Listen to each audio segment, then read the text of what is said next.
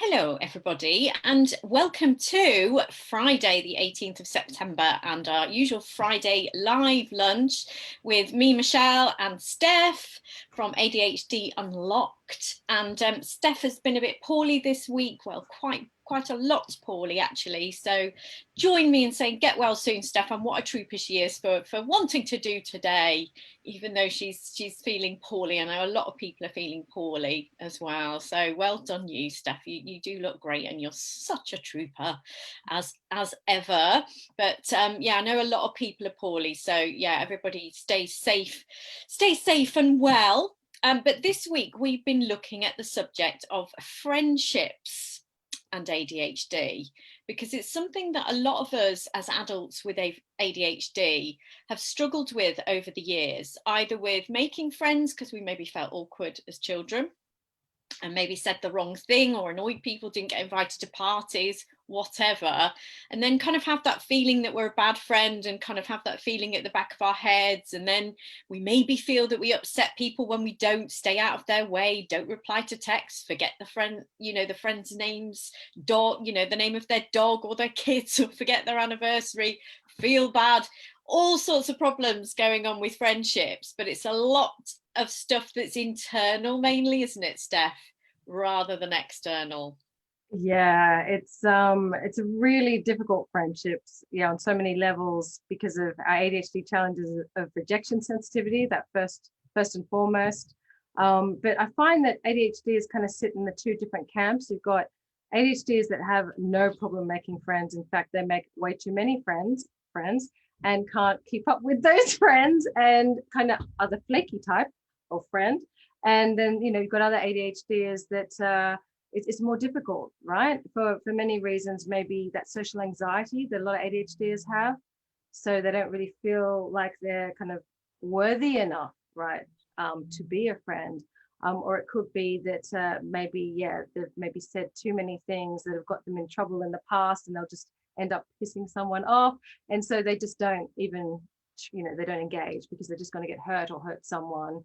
So yeah, it's quite a minefield, friendships with ADHD.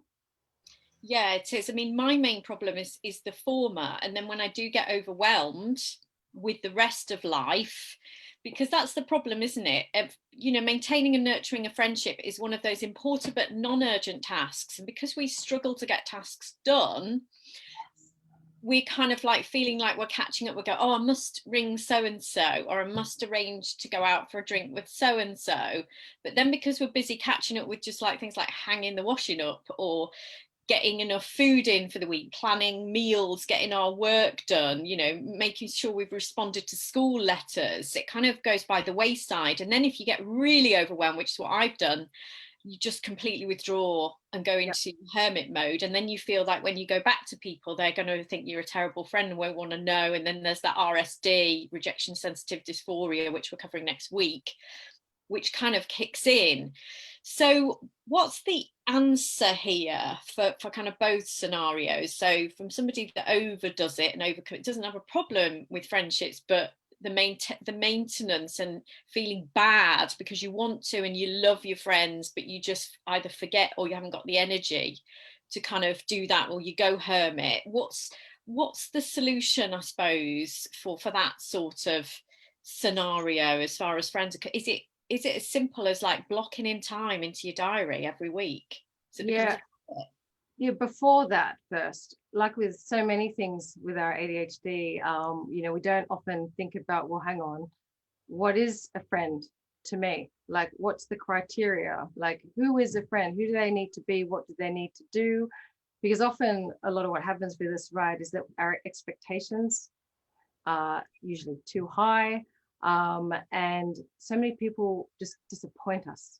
They just don't, they don't kind of reciprocate, say, what we would do for a friend. So therefore, devastation, and can't talk to that person now, and I can't trust anyone, catastrophizing. All the ADHD challenges just kind of pile on top of each other, and that's it, no more friends. Or you just stay on a certain kind of shallow level. But the first thing is to really ask yourself, maybe identify, take some time out. And we did this on Wednesday actually in the nudge. We talked about, okay, let's do this exercise where we identify who our friends are, and we create those circles. There's, you can see these exercises where you draw, you in the middle, and then you've got your inner circle, and then the next one, obviously inner circle, you've got family, maybe not. So some ADHDs, that's another topic for another day, family, in ADHD. But, and really getting clear. Running, I know this sounds a bit prescriptive, but we've got to do it. We've got to take the time to step back and identify the criteria and run our friends through this criteria to see, are they a friend, and set your expectations correctly, because the chances are, if you do that right, less likelihood that they're going to disappoint you, less likelihood that they're not going to make the grade. And so do yourself a favor and get very clear about what criteria each of those circles, friends, acquaintances. I mean, I've done a lot of sessions where some clients have come unstuck by, say, seeing their work colleagues as friends. And we've had to talk about, well, hang on, what's a friend? What's a colleague, and who, and what you expect. And then they can then set their own expectations. And it makes a huge difference. Yeah, I think boundaries and oversharing is a bit of an issue here as well, because we tend to feel that if we overshare and give our emotional side sometimes in relationships or friendships before it's appropriate, that they'll like us more, and we tend to give too much of ourselves at the beginning. So I think you're absolutely right, Steph, and I've come unstuck many a time thinking, what's the kind of goal of this relationship really? And if a friendship grows, a really strong friendship from a work colleague, that's brilliant, but we tend to kind of over make it overly important. Sorry, I'm not very articulate today. That kind of initially, and get hyper focused on new friends, and they've maybe got busy lives, and then we don't forget the original friends, but we tend to put a little bit more energy when we're hyper focused on the new and the shiny, the novelty. Yeah, that's right. That's so true, isn't it? And also the whole out of sight, out of mind as well. And the thing is, though, I know with a lot of us, right, with our really good friends that we don't see, sometimes, and luckily for us, those friends, usually ADHD too, they get it. They get it that as soon as you're back together, it's like nothing has changed and you're back on and everything is completely fine. But so it's also very important to know not just kind of who your friends are, but what does that particular friend need in order to keep this relationship going, and then be realistic about what you can provide and communicate. So yeah, it's also, so the boundaries issue is really important, knowing your boundaries, but also communication, which we have covered both at ADHD Unlocked. And actually on Wednesday, Michelle was saying to our members, please go back and revisit those weeks of boundaries and communication, because we need to know all of this stuff when it comes to friendships and relationships, just in general, really. Yeah, and I think me being more open about my ADHD has helped those friendships, long-standing friendships that I've had for since I was at school and university, really, really close friends that I even stepped back from over the last couple of years when I was having a difficult time and I was a hermit, but they forgave me. But that kind of getting over that barrier of saying, I'm so sorry, I thought about you all the time, I still love you, you're still he's still my lovely friend that I'll care about my whole life. I just was not able to. And because I've been open about mental health and ADHD, that's become easier.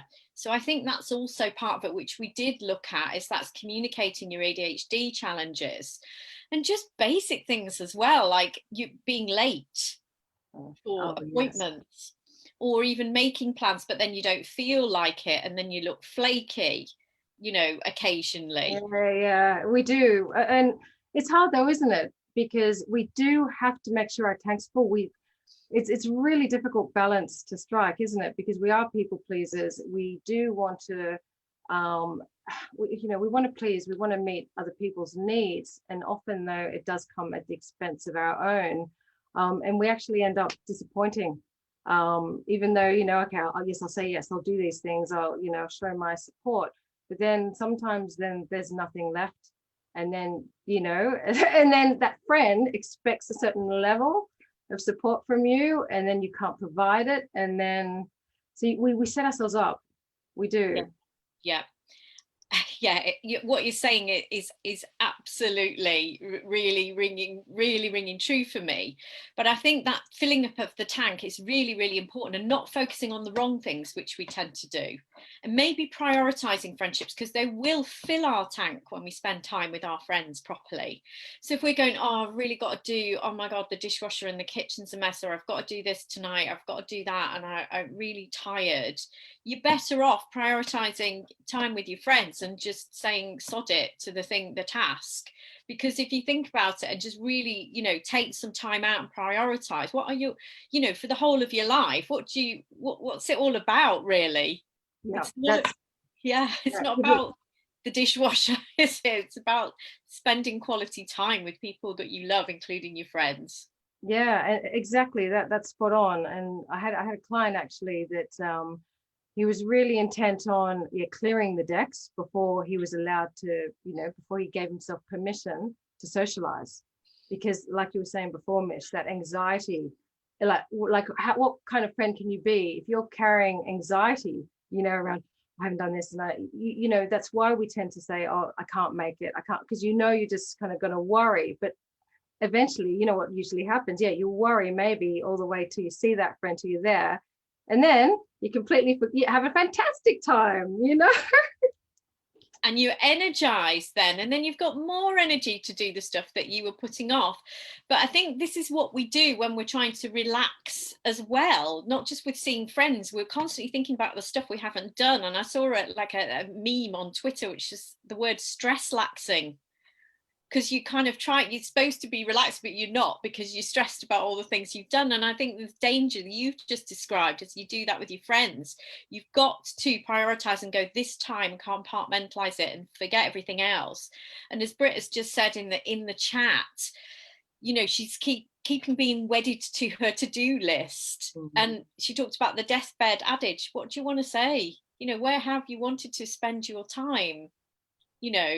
So it's about, I know that sounds a bit tough love saying this to you guys on here, but really think about friends as being one of the main priorities, and nurturing them and spending time with them to fill your own bucket and theirs. It's one of the most important things you can do, way more important than getting our blooming to-do list done and mowing the blooming lawn, because that can wait. Yep, that's right. And also, not all friendships will be good for you that you're in, right? That. We know there are some friendships that aren't good for us, but it's really difficult for us to kind of end those, but they can be a huge kind of energy drain. So again, it takes a lot of courage, but we've got to get quite real about some of those friendships and have the courage to do what's best for ourselves. And the same applies to nearly every topic that we cover: self-esteem, self-awareness, self-forgiveness, Compassion. Yeah. compassion for yourself, being kind to yourself. And then the boundaries will follow, then the self-love will follow. And then it's easier to set those boundaries and not have toxic friendships, toxic relationships, to do all the things that keep you healthy. And I know we keep banging on about this, but that self-compassion really is, I think, the most fundamental thing to keep your friendships maintained, as well as all the other stuff that we talk about. And self-compassion to say, I'm going to spend some time with my friends, or I'm going to forgive myself for not being in touch with them, because it wasn't my fault, I wasn't feeling great. So let's just, stop beating myself up about it and move on. And I think that's key here, is that self-compassion. As with anything, the biggest key of all to unlock your ADHD, she says, putting it on the line there is, well, one of the biggest keys, I don't know if you'd agree with me, Steph, is that self-compassion. Yeah. No, ADHD doesn't go away. And that's the thing, like all the coaching and therapy in the world doesn't solve your ADHD problems. And no, it's all fine from here. No, it's something that we've got to continually work at. And we are going to fail. Another kind of topic we've covered that is really important, that if you haven't seen it, guys, you definitely need to look at that one. Embracing failure. We're going to fail. or at least not achieve what we've maybe set out to achieve. Our challenges are going to get in the way, no matter what strategies you put in place, right? We are going to screw up sometimes. So yeah, that compassion is so important. And I guess it's the friends too that can also have that compassion for you. Now they're the friendships you want to nurture, guys, as ADHDers, right? Absolutely, absolutely. And this is when you do have those challenges, that's when you see the real friendships coming through. And I feel so fortunate to have such wonderful friends in my life, that some I've had for decades, some I've only had for a couple of years, like you, really special people. And I feel really, really grateful and fortunate to have such wonderful friends. But make them more important in your lives, guys, more important than those little tasks you've been putting off. So just go for it. But next week we've got something related, which is rejection sensitive dysphoria, RSD, which can be a huge problem for adults with ADHD. And I think most of us, if not all, have it to some degree, even slightly, or to a great extent, as many people do. So do join us. We've still got the offer on. If you go to adhdunlocked.co.uk, if you're not a member yet, do join us. We've still got the half price for the year. And then I think it's 20% off for the monthly price, which lasts for the whole year. So it's really, really cost effective and hardly anything. Cost of a takeaway a month. That's it. And get so many live sessions and stuff to catch up, resources, etc., etc. And the offer lasts until the end of September. But do join this week for RSD week next week, because that will be a really, really important one. Rejection Sensitive Dysphoria, RSD stands for. But do stay well, and keep washing your hands, folks, and wearing those masks, because people are getting poorly all over the place. And Steph, do get well. We hope you haven't got the yes. The dreaded C, yes. Hopefully the test will come back at some point in the future, in the near term. But I'm sure, yeah, I mean, it could be, but maybe not. But yeah, we all need to just stay vigilant and have compassion for yourself, to self-care too. And don't push yourself too hard. No, exactly. And get your friends to care for you if you are feeling poorly, by leaving lovely gifts on the doorstep if they can't come into your home and all that kind of thing. So just be careful out there, folks, and take care and have a wonderful weekend. And we'll see you next week for Rejection Sensitive Dysphoria week. So thank you for joining us, Steph. Get well soon, and see you all soon. Bye-bye. Bye, guys.